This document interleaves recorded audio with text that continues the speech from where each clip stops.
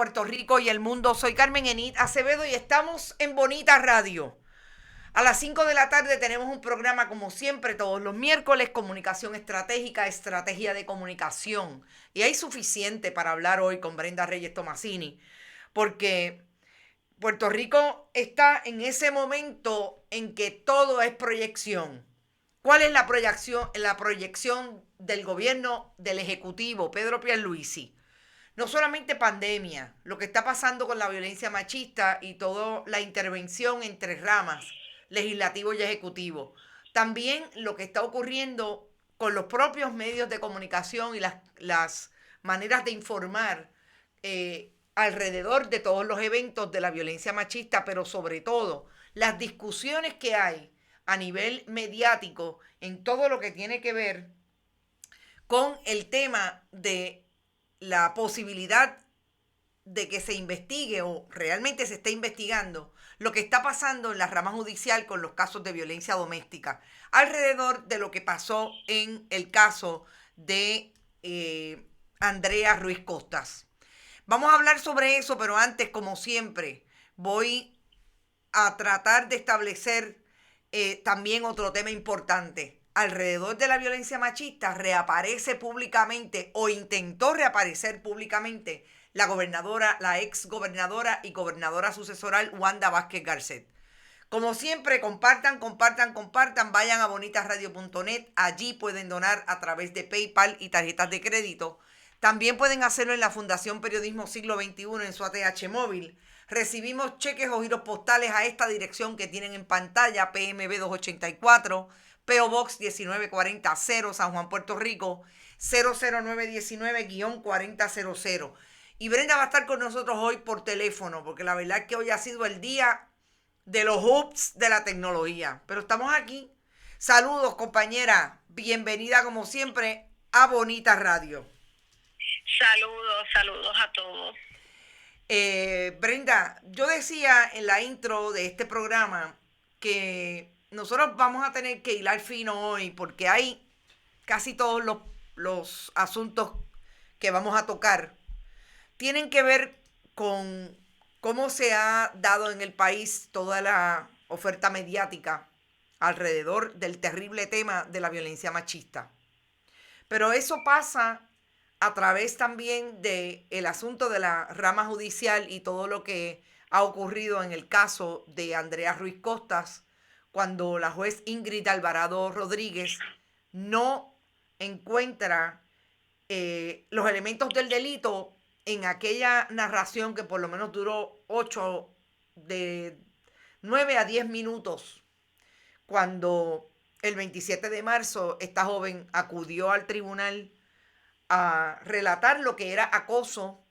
Entendía un fiscal, entendió la policía de Puerto Rico que había delito, o por lo menos se configuraban los elementos del delito para lograr la cintila de evidencia, de prueba, que iban a pasar para que la juez determinara causa.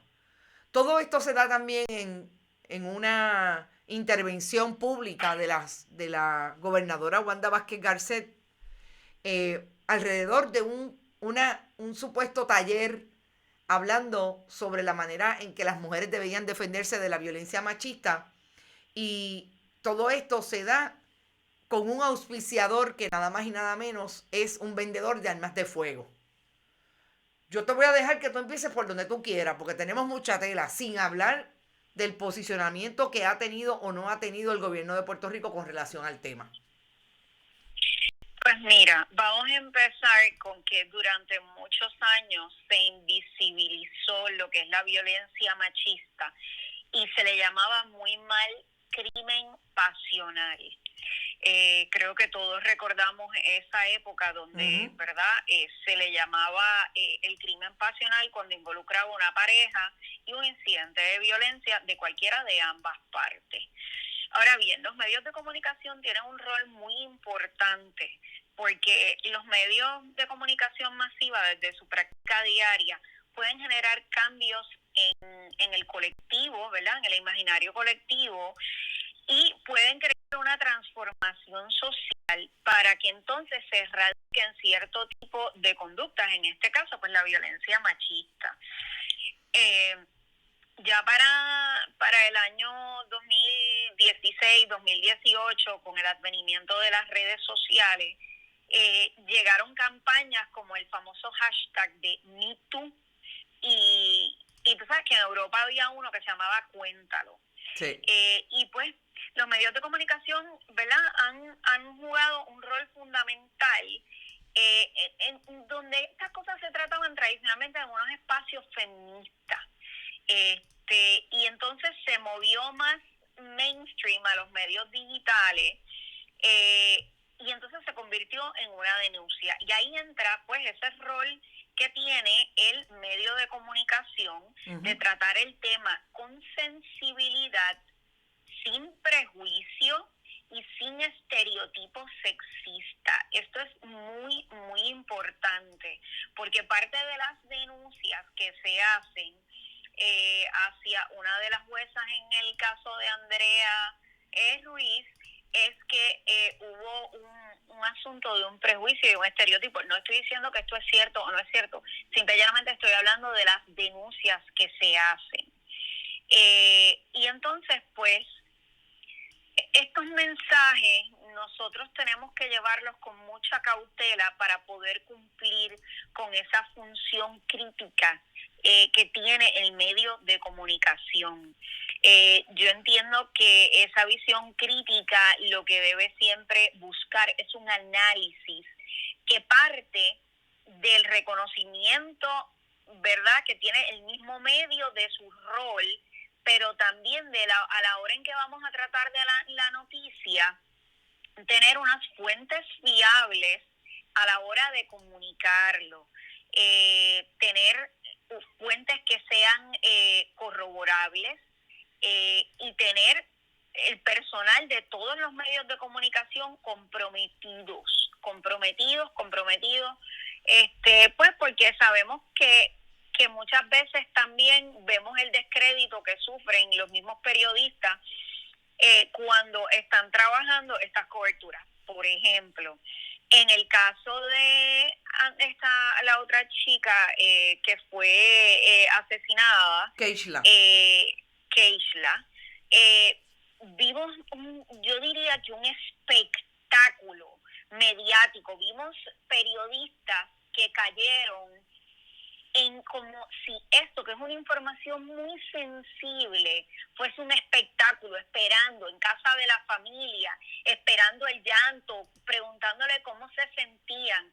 Y entonces mi observación como comunicadora es que esa familia hizo un buen trabajo, porque tanto el patrono de Keishla como la familia, al alertar y al estar pendiente y llevar esto a los medios de comunicación, logran una expresión tan contundente de la jueza presidenta del Tribunal Supremo, que entiendo que quizás se extralimitó porque aquí hay una separación de poderes. No como mujer no simpatice con el que se deba dar un espacio para que ella como mujer, no como la jueza presidenta, sino como Maite Oronoz, madre de 2 menores, mujer, pueda expresarse en Puerto Rico. Pero ojo, entonces, volviendo a lo de la familia de Keishla, ellos ocuparon un espacio mediático que yo entiendo que los mismos medios lo fueron moviendo hacia un momento donde no había un control de la familia. Vimos un sepelio de esta muchacha altamente mediatizado. Se comentó en programas de chismes, ¿verdad? Creo que perdió un poco de valor la noticia. Se empezaron a hacer juicios valorativos sobre, la muchacha estaba enredada con un hombre que estaba casado, que lo debió saber. Mira, ya tenemos mucho con las redes sociales, entonces tiene que haber un espacio luego de que estas noticias bajen un poco el diapasón, como se dice, y las organizaciones como la ASPRO y el Overseas Press Club retomar la discusión de estos temas de una forma que no sea conducente a un espectáculo, sino que guarde la sensibilidad y el medio guarde ese rol informativo que tienen, porque los padres de Keishla hicieron una labor para ayudar a A esclarecer esclarecer, claro.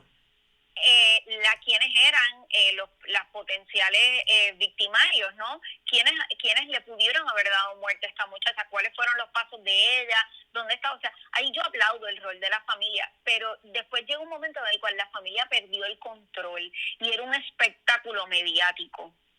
Mira, yo ahora mismo tengo en pantalla y voy a hacerte la pregunta alrededor de lo que tengo en pantalla porque es un afiche que circula a un colectivo de mujeres latinoamericanos que precisamente le plantea a los periodistas, y voy a ir uno a uno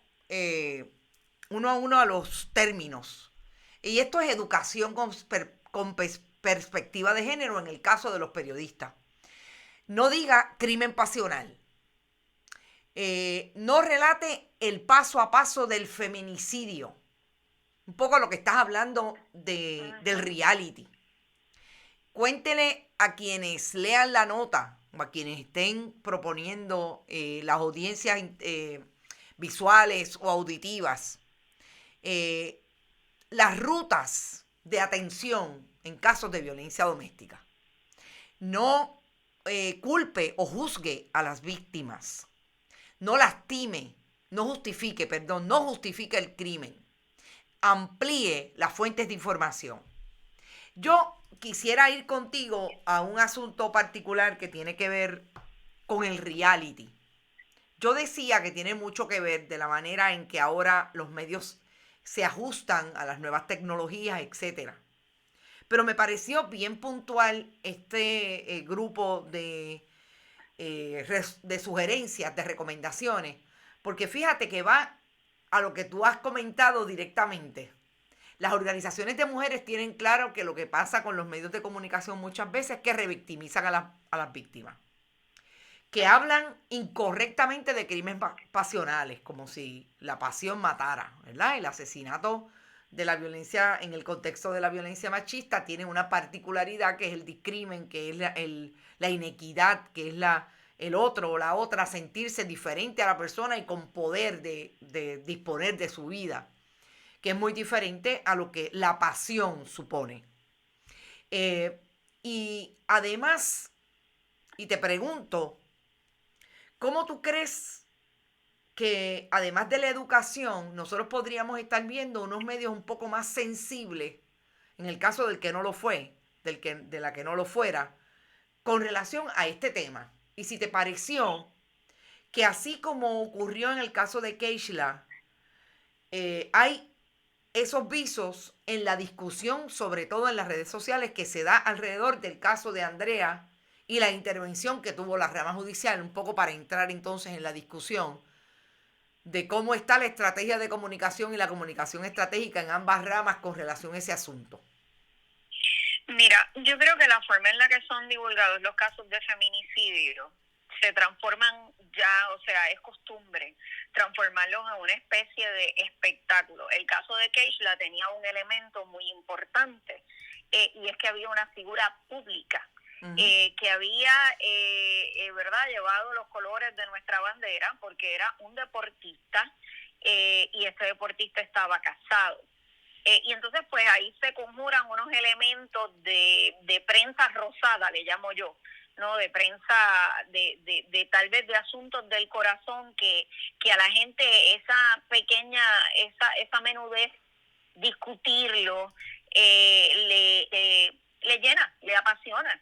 Y yo creo que ahí entonces pues los medios de comunicación tienen un rol que tienen que tratar estos casos de igual forma, porque el caso de Andrea, fíjate que Andrea, el cuerpo de Andrea aparece creo que un día antes que aparece el cuerpo de Keishla, y el caso no tuvo la cobertura mediática que obtuvo el caso de Andrea. No es hasta que conocemos que hay unos audios, que hubo una jueza que denegó una orden de protección, que hubo otra juez involucrada, que entonces adquiere la prominencia que adquiere. Entonces, voy a ir un poquito sobre cómo como medios de comunicación se debe trabajar esto Mira, por ejemplo, yo creo que sería muy importante para sensibilizar a los periodistas tener víctimas de violencia de género, tener alguna sobreviviente de algún feminicidio, o sea, pariente, ¿no? De una víctima de un feminicidio, que pueda relatar este dolor que siente o cómo se sintió o cómo se dejó de sentir, porque yo creo que eso nos va a sensibilizar más. Te voy a poner un ejemplo de la vida real. Hace muchos años, cuando yo estudiaba mi bachillerato en la Universidad de Loyola, yo tuve la gran oportunidad de entrevistar a Sister Helen Prijan. Sister Helen era la monja que defendía a los presos que estaban en la fila del corredor de la muerte en Angola, la penitenciaría del estado de Luisiana. Sister Helen era una monja. Ella fue a mi clase de edición de noticias a darnos una charla. Y a mí eso me sensibilizó mucho sobre lo que pasa en esos corredores de la muerte.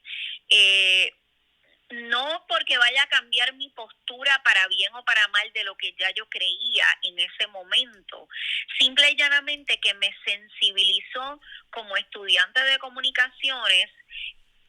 Si en un momento dado yo iba a fungir como periodista y iba a hacer una cobertura, cómo yo iba a tratar esa cobertura. Y pues tú sabes que luego de eso, 2 años más tarde sale la película Dead Man Walking, por la cual Susan Sarandon gana un Oscar por la interpretación de Sister Helen. Sí.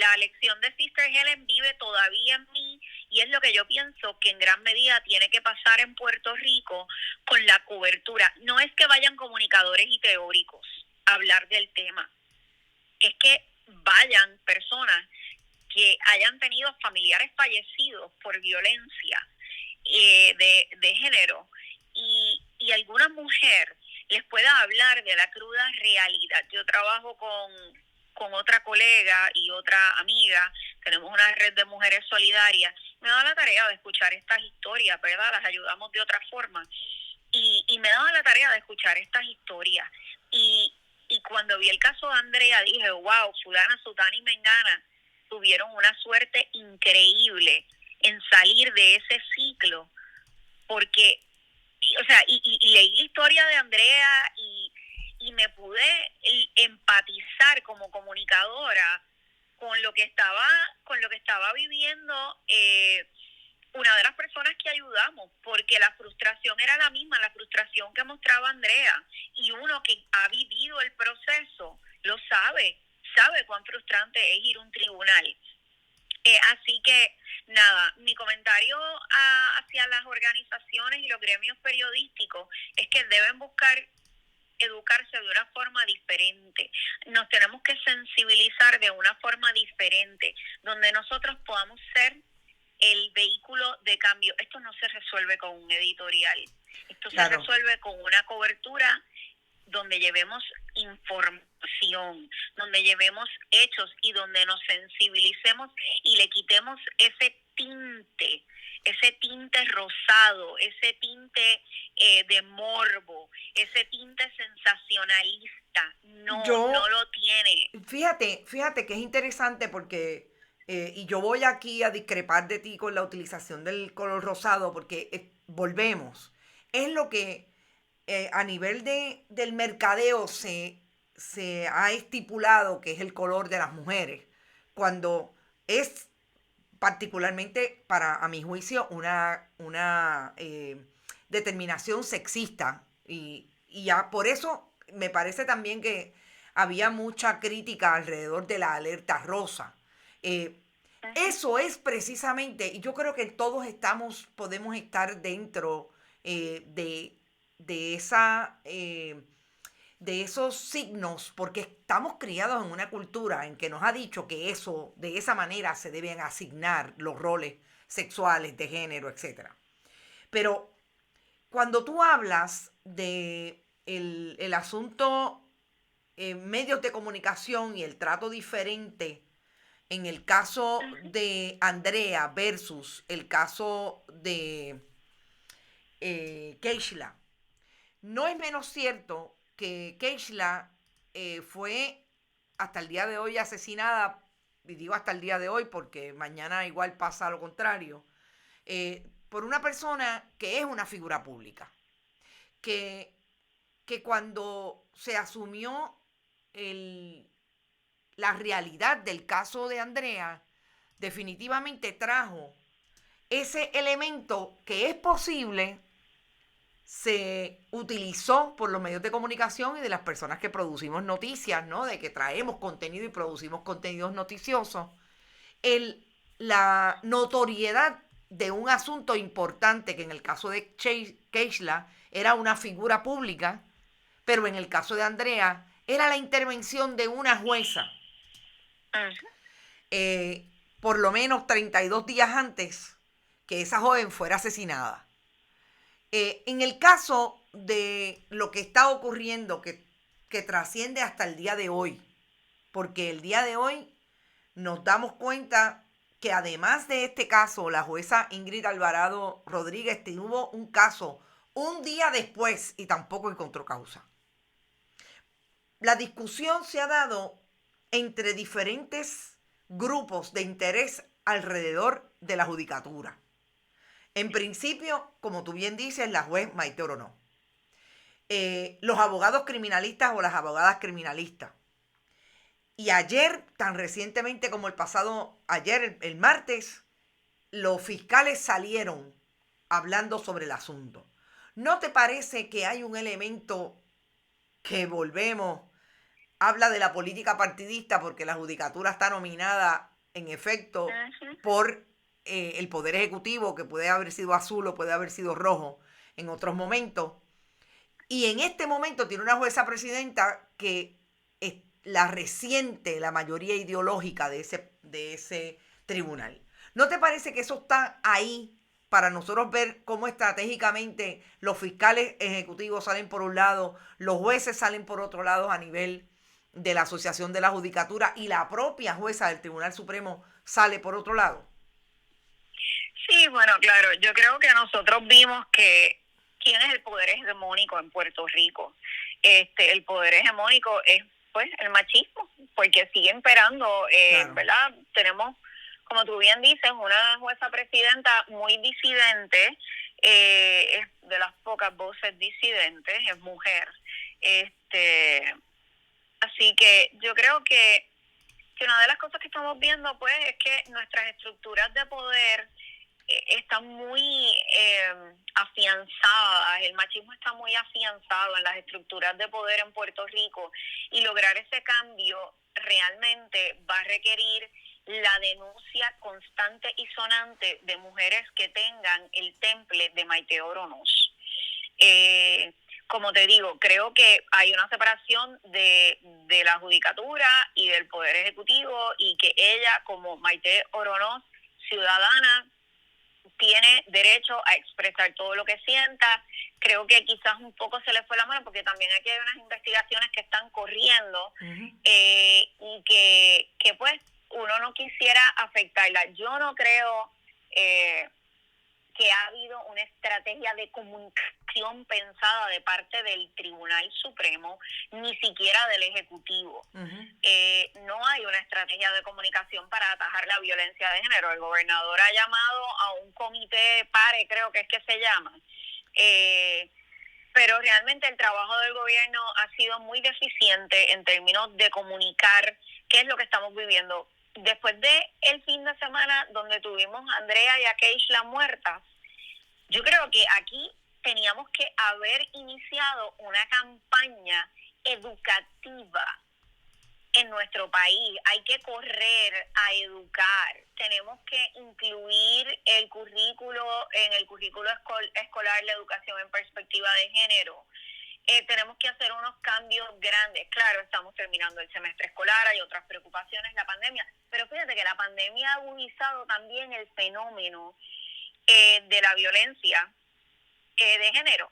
Así que no podemos quitar una cosa de la otra. Y entonces pues teníamos la denuncia de Maite Oronoz un tanto pues a la sazón de que la oficina de la Procuradora de la Mujer y todos los esfuerzos que tenía el gobierno estaban defunded, no tenían dinero, estaban sin fondos, los dejaron con $250,000, y entonces se logró la reasignación de mayor presupuesto. Creo que el presupuesto solicitado eran $7 millones, y pues yo entiendo que en ese aspecto la carta y la visita de la jueza presidenta a Natalie Yaresco, entiendo que ellas tuvieron una reunión, creo que cumplió un cometido, ¿verdad? Lograr ese dinero, lograr que tengamos esos fondos, pero esos fondos ya están, y era para haber corrido a hacer algún tipo de campaña de servicio público.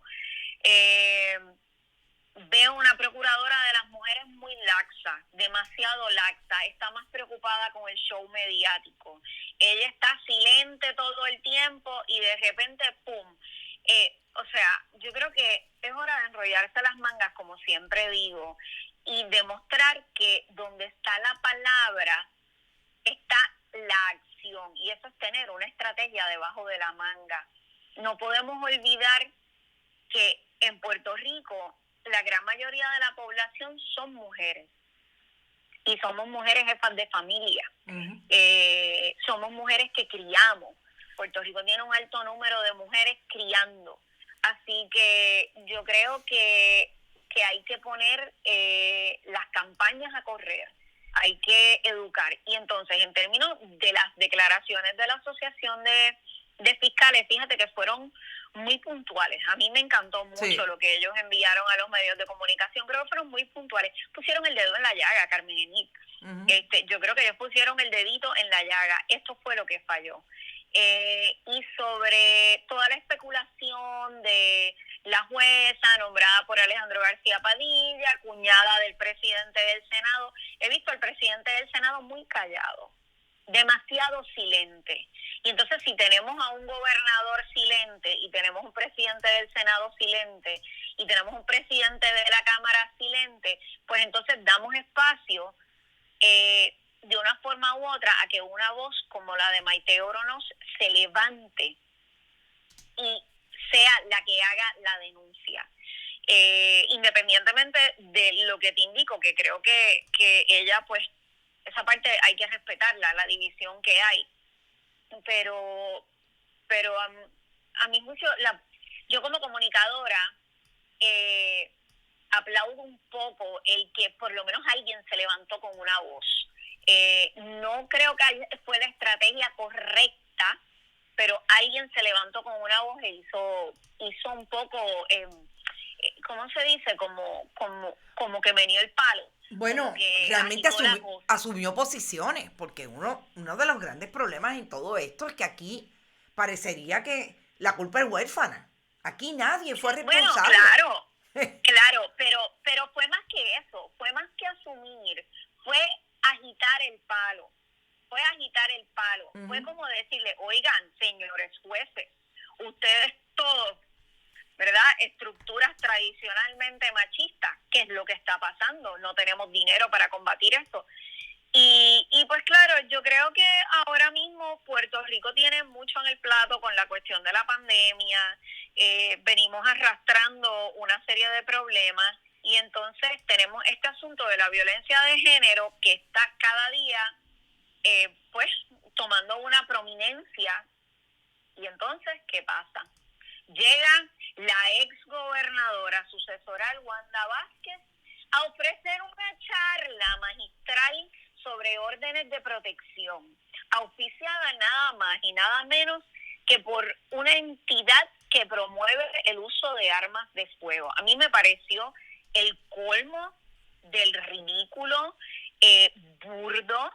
Me pareció que raya en bueno, mejor me reservo un poco las palabras, porque hasta me ha dolido un poco verla a ella, que estuvo sentada en esta silla de gobernadora, verla que fue procuradora, que no logró nada, fue secretaria de justicia, y entonces salir a hablar contra, tú sabes, aquí hay unas víctimas que proteger, entonces está dando hasta el sitio donde va a ser esta actividad. Sí, no, mira. ¿Cómo va a ir una víctima allí? ¿Cómo va a ir una mujer que quiere erradicar una orden de protección, que se siente desprotegida, que necesita esa seguridad y ellos publican dónde va a ser y para colmo una gente de arma de fuego.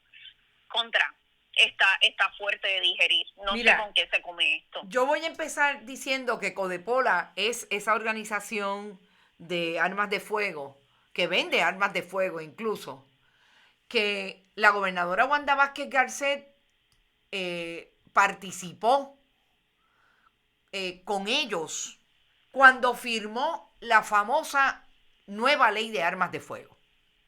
Vamos a empezar por decir que la gobernadora tendría hasta cierto punto, si le están pagando por esta actividad, que yo estoy segura que está cobrando por esta actividad, no tiene el decoro de haber tenido participación de alguna manera en la imagen pública de esta organización y ahora participar también de esas actividades que estoy segura, vuelvo y repito, que está cobrando. Pero lo más increíble, Brenda, y yo estoy colocando, hablando contigo, para que tú veas el nivel de imagen que tiene Codepola. Una mujer utilizan a una mujer con un arma de fuego, pero no es cualquier arma de fuego, no es un revólver, no es una pistola, es una metralleta. Entonces, esta es la imagen que la gobernadora sucesoral Wanda Vázquez Garcet quiere dar, regresando o intentando regresar al ruedo político. Que ahí es que yo me quedo yo digo, pero ven acá, esta mujer está queriendo llegar, como tú bien dices, la gobernadora Wanda Vázquez Garcet fue secretaria del Departamento de Justicia, pero antes de eso fue la procuradora de las mujeres. Y lo que hizo, lo saben ella y Luis Fortuño, que la nombró. O sea, y ahora viene a decir que es la defensora de las mujeres. Caramba, que no. No, y que se denunciaron muchísimas irregularidades en la oficina de la Procuradora de las Mujeres cuando ella la dirigía, y esto quedó plasmado en el libro de Ivette Sosa sobre el caso del exalcalde Héctor O'Neill. Tú sabes que Ivette escribió un pequeño narrativo sobre lo que pasó en el caso del alcalde Héctor O'Neill, y allí se sabe que se arrancaron las hojas de la bitácora donde visitó ella, y la oficial de prensa llamó a la colega y amiga llorando, luego pidiéndole disculpas. Sabemos que allí, o sea, esto está, no lo digo yo, no es un chisme. Usted busca el libro de la colega y usted lo encuentra allí y cómo la colega lo narra. Así que yo creo que Wanda Vázquez tiene una situación muy particular y uno no debe estar tirando piedras con techo de cristal. Yo creo que a nivel de estrategia de comunicación es fatal, sobre todo porque el material promocional alusivo, a mí lo que me parece es que pone en riesgo la seguridad de la persona que quiera ir allí, y la exgobernadora no es la persona para hablar de esto. Ella no es la persona para hablar de esto. Cuando no tiene una hoja impoluta en un acercamiento a la violencia de género. Hay quien dice, bueno, pues ella fue fiscal durante muchos años, fantástico, fue fiscal, pero lo que hizo después la desacredita porque no tiene el respeto, no hay la reputación. Claro, no tiene la credibilidad. Como por ejemplo, tú tienes un ex juez, Irán Sánchez, que estuvo hace poco, que lo estuve viendo, sí. Él muy activo, escribe sobre temas judiciales, donde tú puedes ver, es un caballero, es un hombre, pero con una sensibilidad muy particular para abordar los temas judiciales y estos temas que tienen que ver con la violencia de género. Tú sabes, yo digo, bueno, pues está bien, tiene que ser una mujer, pero de tantas abogadas, bueno, mira, esta niña, la del movimiento amplio, Verónica Rodríguez. Verónica, que es excelente. Rivera, perdón, siempre le cambió el apellido. Excelente, Rivera es ella. Sí. Verónica, que es excelente, le he visto en conversatorio. O sea, yo creo que hay que dialogar estos temas, hay que sí proveer unos apoyos sobre cómo es el proceso, sobre cómo se vive el proceso, se enfrenta el proceso, pero hay que guardar unas garantías para las víctimas o estas personas que están buscando la ayuda. Y en términos de Codepola, o la entidad, o como lo querramos llamar, si ellos quisieron, ¿verdad?, auspiciar este evento, pues ellos están en todo su derecho. Pero como comunicadora, relacionista, te diría que les resta un poco a su imagen, no le añade. Creo que les resta, no le añade. Así que por lo menos este es mi análisis bastante somero de esta situación. Sé que hay mucho espacio y sé que lo vamos a estar discutiendo por mucho tiempo. Lo otro que quería comentar hoy brevemente es la llegada de Ricardo Rosselló a la campaña por los cabilderos por la estadidad. Me parece que lo que en este mismo programa y en esta misma sección comentamos de aquella famosa entrevista del New York Times donde dije, ojo, coincidentalmente buscas regresar, esto es un regreso, era un lavado de cara, era buscando un poco restaurar su maltrecha reputación, que para mí es insalvable, y entonces ahora regresa con la estrategia número 1500, que es regresar como cabildero. Creo que va a estar muy interesante seguir todo el debate y toda la discusión en redes sociales y medios de comunicación en los próximos días, a la luz de que esta elección especial es el domingo.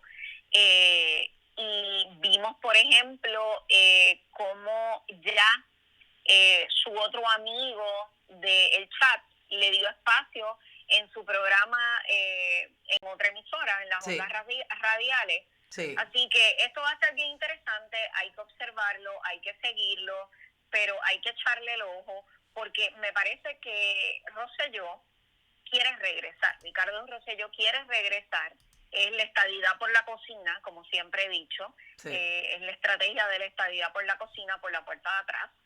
Y ahora mismo, ante el fallecimiento de Carlos Romero Barceló, que se pierde una de las figuras más emblemáticas en la defensa de la estadidad, Ricardo Rosselló podría tratar de llenar esos zapatos de don Carlos Romero Barceló, así que hay que observarlo. Definitivamente. Bueno, yo no quiero que nos vayamos sin preguntarte, ¿qué te ha parecido lo que ha pasado con el Partido Popular en dos dimensiones? Por un lado, el hecho de que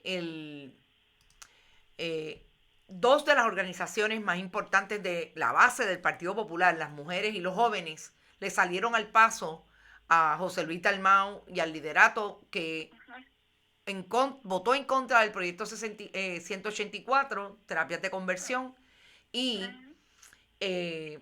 por otro lado, las posiciones que se han adoptado desde el Partido Popular, no solamente con el proyecto 184, con el silencio relacionado con la violencia machista, con lo que dice el PIB los equipara al Partido Nuevo Progresista cuando quieren hacerle cambios cosméticos y no profundos a la reforma a la ley electoral.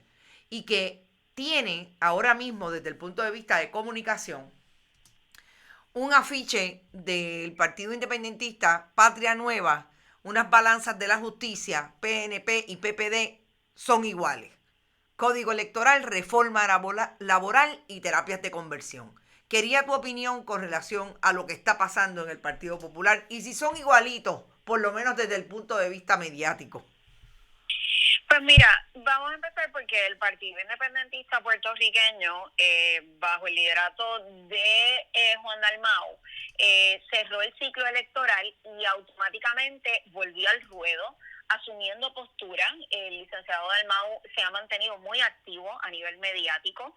Lo he visto haciendo un poco de trabajo de base. Creo que esos números tan favorecedores que tuvo en las elecciones pasadas lo han dejado con un ánimo renovado. Victoria Ciudadana, por otra parte, pues ha perdido a su principal figura, Alexandra Lúgaro y han estado inmersos en muchísimas controversias, más no así, obviamente, pues, sabemos que está Mariana Nogales, que está José Bernardo Márquez, Ana Irma Rivera Lacén, y otras figuras de Victoria Ciudadana, ¿verdad?, que están ahí presentes, pero el liderato de Victoria Ciudadana pues sufrió un gran revés. Y veo a un Juan Dalmau aprovechando ese momento. A la sazón, entonces, de lo que viene siendo el Partido Popular Democrático, el Partido Popular Democrático tiene una crisis institucional severa, una crisis de comunicación interna severa, y si tú no tienes un buen plan de comunicación interna, menos vas a poderte comunicar con tus públicos, porque no tienes una estrategia interna. Y yo entiendo que el senador Dalmau ha asumido una no postura, su silencio en cosas trascendentales, no estar presente en votaciones, no hablar del asunto de la cuñada, lo hacen cómplice de muchas de las cosas que están pasando en Puerto Rico en estos momentos. Y entonces, pues básicamente se posicionan como el mismo Partido Nuevo Progresista. Claro, lo que pasa es que tenía un Tomás Rivera Schatz que era muy bravucón y un poco más álgido y verdad, él se comunicaba de otra forma, o más revanchista. Si unos son más revanchistas, los otros son más aplatanados, como dirían en el campo, por decirte, hacer un contraste, ¿no?, de los estilos de comunicación. Pero creo que ambos partidos tienen unos problemas internos de comunicación que no les permiten comunicarse externamente. Creo que el Partido Popular Democrático lo tiene ahora mismo más grave que el Partido Nuevo Progresista. Es un problema severo. Ahí no hay ni una estrategia, no hay ni pies ni cabeza, no hay liderato, ningún liderato, ningún sitio, por más que hayan ganado una supuesta mayoría, porque tienen gente dentro de su plana que votó en contra del proyecto. Uh-huh. Así que cuando tú miras el saldo, pues el Partido Popular está en un momento bien bajo en su historia. Bueno, querida compañera, gracias como siempre, lo logramos a pesar de todos los inconvenientes hoy. Gracias un montón por estar y recuerda, la semana que viene nos vemos y esperemos que no haya ninguno y puedas estar en video una vez más para seguir hablando de cómo se construye el país en términos de comunicaciones desde sus diferentes escenarios. Gracias, Brenda. Bueno, a ti, buenas tardes a todos bonitos y bonitas. Bueno, escucharon a Brenda Reyes Tomasini. Yo creo que esta última parte que tiene que ver con de qué manera el Partido Popular está saliendo a flote o no saliendo a flote. A solo 4 meses y 13 días, 12 días de que asumieran posesión en los diferentes en las diferentes ramas de gobierno, sobre todo en el legislativo, porque ahí es donde está el liderato del Partido Popular, además de las alcaldías. Si el Partido Independentista Puertorriqueño sigue con el discurso de son iguales, parecería que esa va a ser la estrategia de cara a estos 4 años para seguir levantando la imagen de un Juan Dalmau que tuvo buen trabajo y logró, quizás en las últimas 5 o 6 elecciones, lograr lo que nunca se había logrado en esas 6 elecciones. Estamos hablando 24 o 30 años, que era llevar al Partido Independentista a no perder la franquicia electoral, a entrar sin ningún problema como tercer partido. Esa va a ser, parece que la estrategia. Los demás son iguales, quedamos nosotros que no hemos probado si somos o no somos iguales. Vamos a ver, o por lo menos desde donde han estado, el Partido Independentista siempre ha tenido una manera no solamente diferente de administrar el asunto legislativo. Ahora tienen una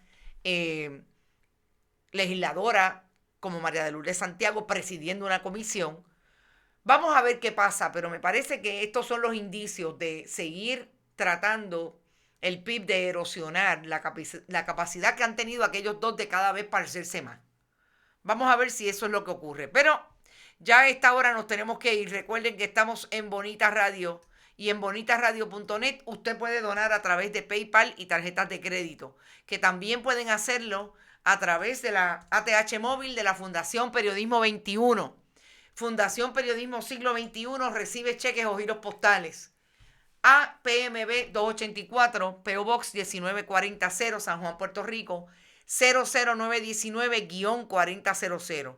Que estamos también en Twitter, Bonita-Radio, Bonita Radio en Instagram, Bonita Radio el canal de YouTube y Bonita Radio, iVoox, iTunes y Spotify, tipo podcast. No se olviden que estamos auspiciados por Vega Alta Coop, Buen Vecino Café y la cooperativa Abraham Rosa. Vayan a una cooperativa como Abraham Rosa y la cooperativa Vega Alta, que allí pueden comprar cualquier producto de consumo y pueden también financiar sus casas. Nos vemos. Mañana es otro día. A las 11 de la mañana estaremos en Esto es lo Último. Recuerden, estamos aquí en Bonita Radio y vamos a insistir en hacer de este proyecto periodístico el futuro. Y vamos a lograr el relevo generacional a través de la Fundación Periodismo Siglo XXI para que sean esos nuevos periodistas que se queden con los proyectos que prometen y tienen el compromiso de ser contestatarios, democráticos y sobre todo hablar desde el análisis periodístico en profundidad y manejar la investigación multimedia. Éxito y nos vemos mañana. Que descansen.